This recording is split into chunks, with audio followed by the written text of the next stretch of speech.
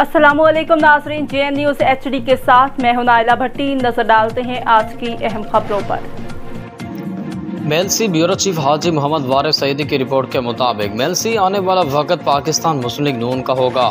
मुल्क की तरक्की और बेहतर मईशत सिर्फ मियां नवाज शरीफ के हाथ में है।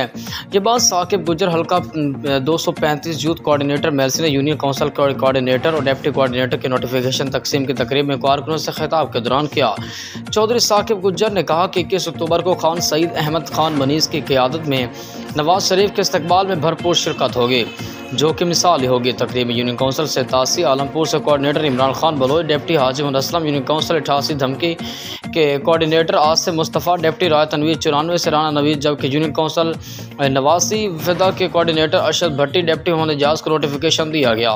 तकरीब से ज़ीशान अख्तर, मनीस, शानी राव, विक्की ने भी खिताब किया।